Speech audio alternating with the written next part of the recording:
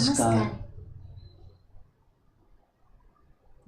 सनातन संस्था और हिंदू जनजागृति समिति द्वारा आयोजित इस नाम सत्संग में आप सभी का पुनः हार्दिक स्वागत है।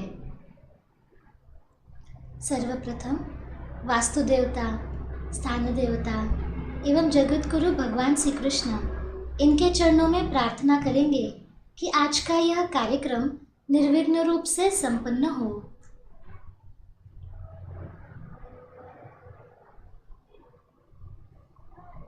पिछले 3 सत्संगों में हमने तनाव का कारण और उपाय, मन का कार्य कैसे होता है, नाम जप से मन की एकाग्रता कैसे बढ़ सकती है, यह विषय लिए थे। इस विषय में आप सभी ने अत्यंत अच्छा प्रतिसाद दिया। आपके इस प्रतिसाद के लिए हम आपका अभिनंदन करते हैं। अब हम आज के नाम सत्संग का आरंभ करते हैं। सत्संग के आरंभ में सनातन संस्था के धर्म प्रचारक संत सद्गुरु नंद कुमार जादव जी हमारा मार्गदर्शन करेंगे और उसके पश्चात हम सभी संतों की वंदनीय उपस्थिति में प्रत्यक्ष नाम जप करेंगे। अब मैं सनातन संस्था के धर्म प्रचारक संत सद्गुरु नंद कुमार जादव जी से प्रार्थना करती हूँ कि हमारा मार्गदर्शन करें। जी, भगवान श्री कृष्ण जी के चरणों में वंदन करता हूँ। आप सभी से निवेदन है कि आप अपने इष्ट देवता अथवा उपास्य देवता अथवा कुल देवता से प्रार्थना करें कि आज के इस कार्यक्रम में कुछ भी बाधा न आए और आज जो विषय बताया जाएगा वो हम ग्रहण कर पाएं। सर्वप्रथम आप सभी को एक कथा सुनाऊंगा। उसके उपरांत हम मुख्य विषय समझ कर लेंगे। आज के कथा का विषय है स्वभाव दोष निर्मूलन का महत्व। एक बार पाठशाला के एक गुरुजी ने अपने छात्रों को वर्ग में आते समय अपने साथ कुछ टमाटर लाने को कहा। उन्होंने प्रत्येक छात्र को बताया कि प्रत्येक टमाटर को एक सफ़ेद बंद लिफाफे में लाना है। उस लिफाफे पर उस व्यक्ति का नाम लिखना था जिसके प्रति छात्र को नाराजगी है। यदि संख्या अधिक हो तो वह उतनी अधिक मात्रा में टमाटर लाएगा, ऐसा नियम था। अगले दिन सभी छात्र बढ़िया सफ़ेद लिफाफों में टमाटर डालकर पाठशाला आए। लिफाफे पर व्यक्तियों के नाम लिखकर छात्रों ने टमाटर लाए थे। अब किसी छात्र ने 1 टमाटर लाया तो किसी ने 2, तो किसी ने 3, तो किसी ने 5 और किसी छात्र ने तो 15-20 टमाटर अलग अलग लिफाफे में लाए। जो छात्र जितने व्यक्तियों से नाराज थे वे उतने लिफाफे ले आए। कुछ छात्र ऐसे भी थे जो कोई टमाटर नहीं लाए थे। उन्हें पूछने पर बताया कि उन्हें किसी से कोई नाराजगी नहीं है। गुरुजी ने सभी छात्रों को एक एक कपड़े की थैली दी और उसमें अपने अपने लिफाफे रखने का निर्देश दिया। जो छात्र टमाटर नहीं लाए थे उन्हें गुरुजी ने थैली में गुलाब के पुष्प दिए। गुरुजी ने आदेश दिया कि ये थैलियाँ अच्छी तरह से बंद कर 10 दिन तक लगातार अपने पास रखना है। जहाँ भी जाएं ये थैली अपने साथ रखें। 1 सप्ताह बाद ही गुरुजी ने पूछा, क्यों बच्चों, थैली साथ में रख रहे हो ना? कैसे लग रहा है? टमाटर लिए छात्र दुखी स्वर में बोले, गुरुजी, टमाटर को दुर्गंध और वजन से परेशानी हो रही है।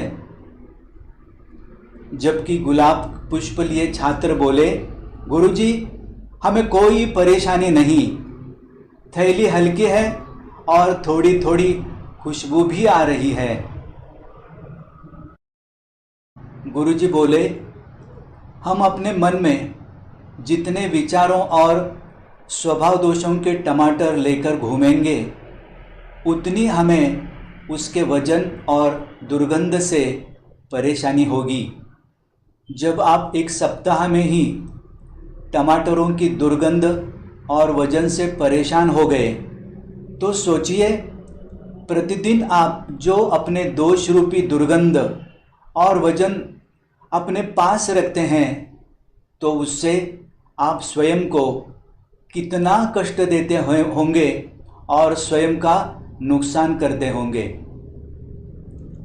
बंधुओं, इस कथा से हमें सीख मिलती है कि ईश्वर ने तो हमें इतना सुंदर निर्मल मन दिया है, हम इस मन में ईश्वर का अस्तित्व उसके नाम जप के माध्यम से अनुभव कर सकते हैं। लेकिन स्वभाव दोषों के कारण हम उसका अनुभव नहीं कर पाते। जब संस्कार और स्वभाव दोष कम हो जाते हैं तो मन हल्का होता है। उसके उपरांत ही हमें नाम जप से आनंद प्राप्ति होती है अथवा ईश्वर की अनुभूति होती है। अब हम आपके द्वारा प्राप्त जिज्ञासाओं का समाधान करेंगे। शिप्रा जी, हमारे दर्शकों ने मन के संदर्भ में कुछ प्रश्न पूछे हैं ना? हाँ जी, पूछे।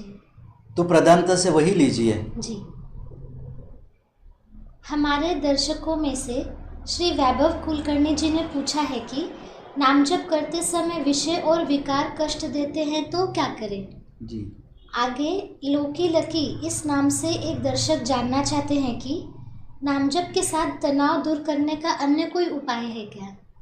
और एक प्रश्न है, श्री गणेश पराडे जी ने पूछा है कि नाम जप बढ़ाने में आने वाली बाधाएं कैसे दूर करनी चाहिए? हाँ, इन सब प्रश्नों के उत्तर स्वभाव दोष निर्मूलन प्रक्रिया यही है। अच्छा। मैं प्रश्न पूछने वाले सभी का मनपूर्वक अभिनंदन करता हूँ। आप सभी के प्रश्न के उत्तर स्वभाव दोष निर्मूलन प्रक्रिया में छुपे हैं। मन में स्थित संस्कार एवं स्वभाव दोष कम करने के लिए नामजप के साथ स्वभाव दोष निर्मूलन प्रक्रिया करते हैं तो मन निर्मल होता है और ईश्वर की अनुभूति आकर हमें आनंद मिलता है। इसलिए आज स्वभाव दोष निर्मूलन प्रक्रिया के संदर्भ में संक्षेप में जानकारी लेते हैं। सनातन संस्था और महर्षि अध्यात्म विश्वविद्यालय के संस्थापक परात्पर गुरु डॉक्टर जयंत आठवले जी ने स्वभाव दोष निर्मूलन के लिए अभिनव प्रक्रिया विकसित की है। इस प्रक्रिया से मन में स्थित स्वभाव दोष ध्यान में आकर उसके निर्मूलन हेतु प्रयास किए जाते हैं। अब इसके संदर्भ में कुछ सूत्र हम समझ कर लेते हैं।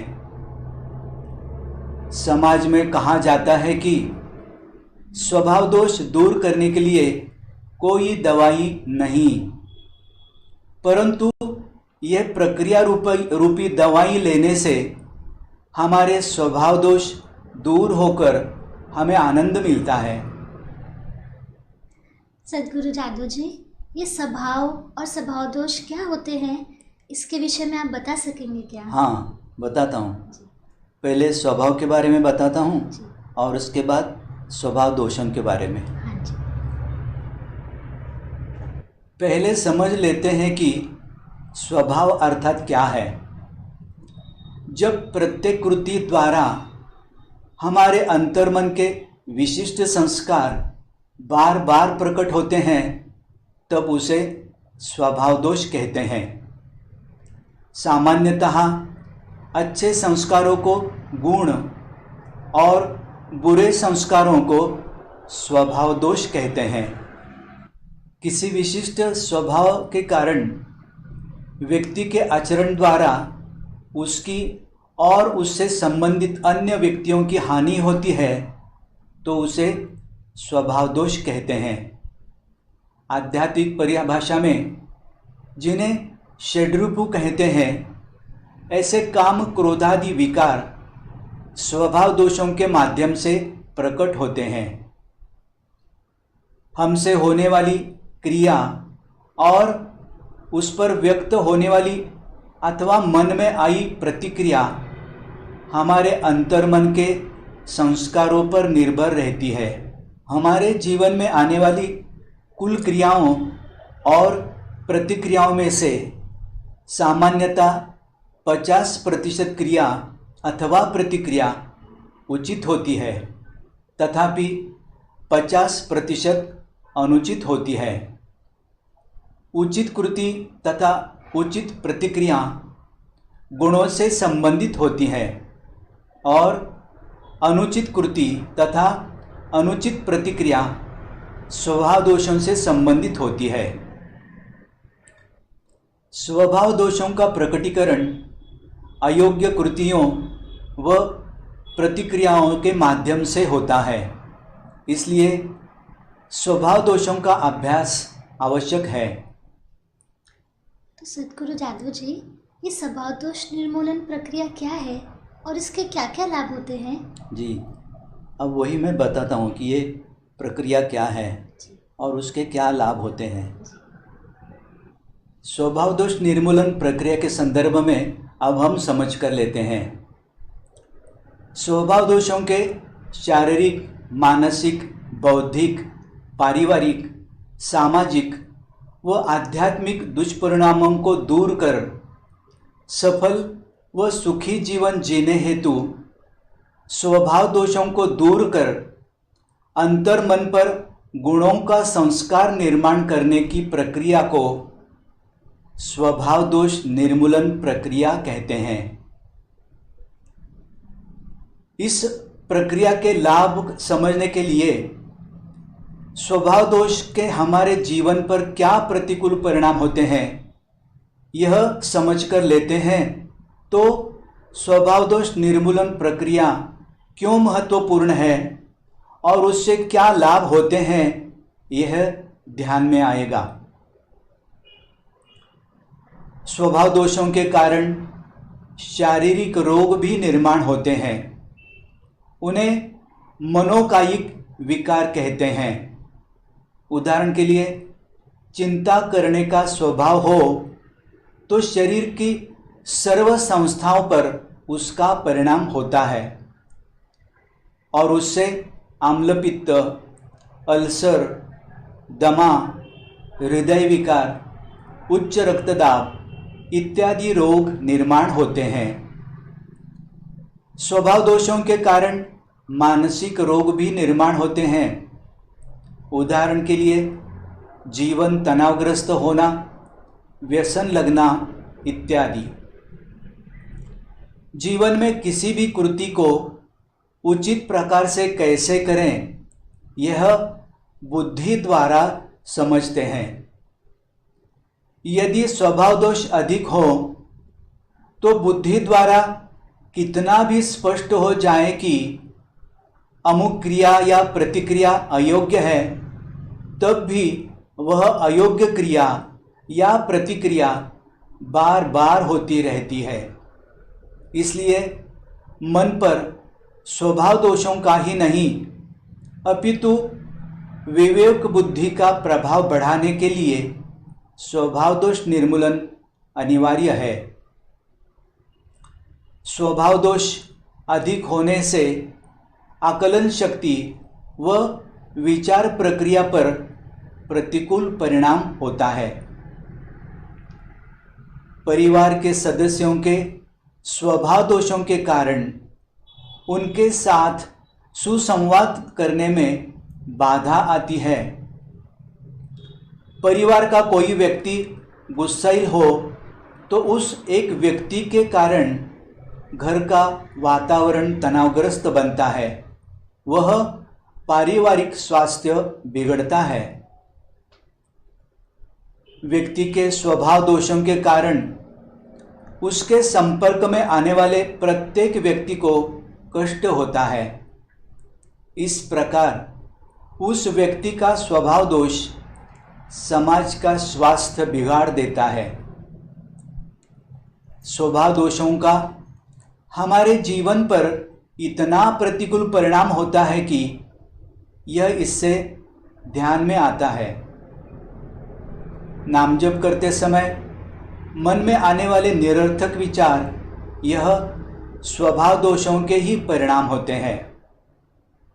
केवल नाम जप के द्वारा स्वभाव दोष निर्मूलन करने के लिए बहुत समय लगता है।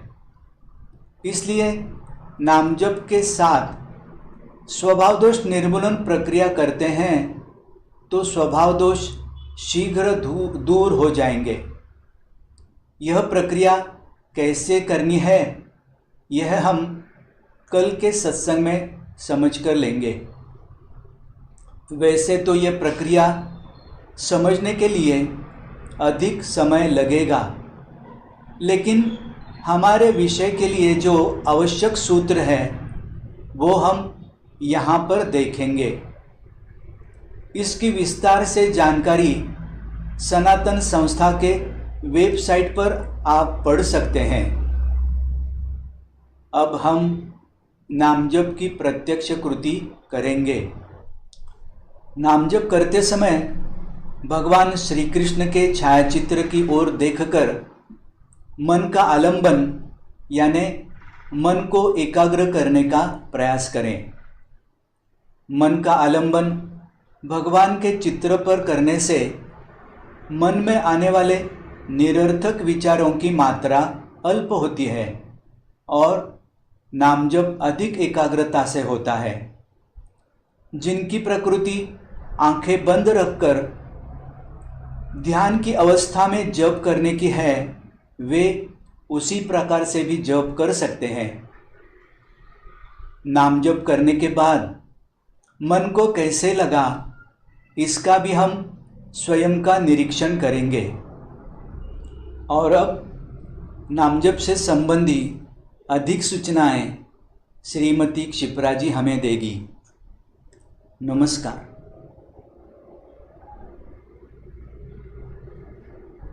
अब हम भगवान श्री कृष्ण जी का नाम जप सामूहिक रूप से करेंगे। उसके लिए यहाँ पर हम एक ऑडियो लगाएंगे। इस ऑडियो की विशेषता यह है कि यह ऑडियो सनातन संस्था की संत सद्गुरु श्रीमती अंजलि गाडगिल जी द्वारा ध्वनि मुद्रित है। यदि आपको अन्य कोई नाम जप करना हो तो आप ऑडियो म्यूट कर सकते हैं और नाम जप कर सकते हैं। नाम जप का समय पूर्ण होने के पश्चात हम आपको सूचित करेंगे। आज ईश्वर की कृपा से ही हमें संतों के सानिध्य में, संतों की वाणी में किए नाम जप के साथ नाम जप करने की संधि मिल रही है। तो चलिए हम सभी प्रत्यक्ष नाम जप के लिए आरंभ करेंगे।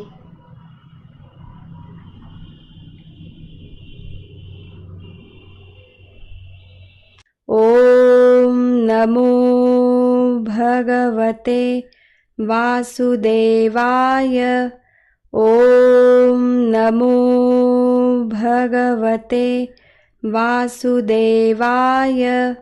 ओम नमो भगवते वासुदेवाय।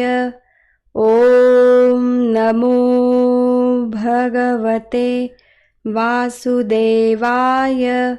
ओम नमो भगवते वासुदेवाय।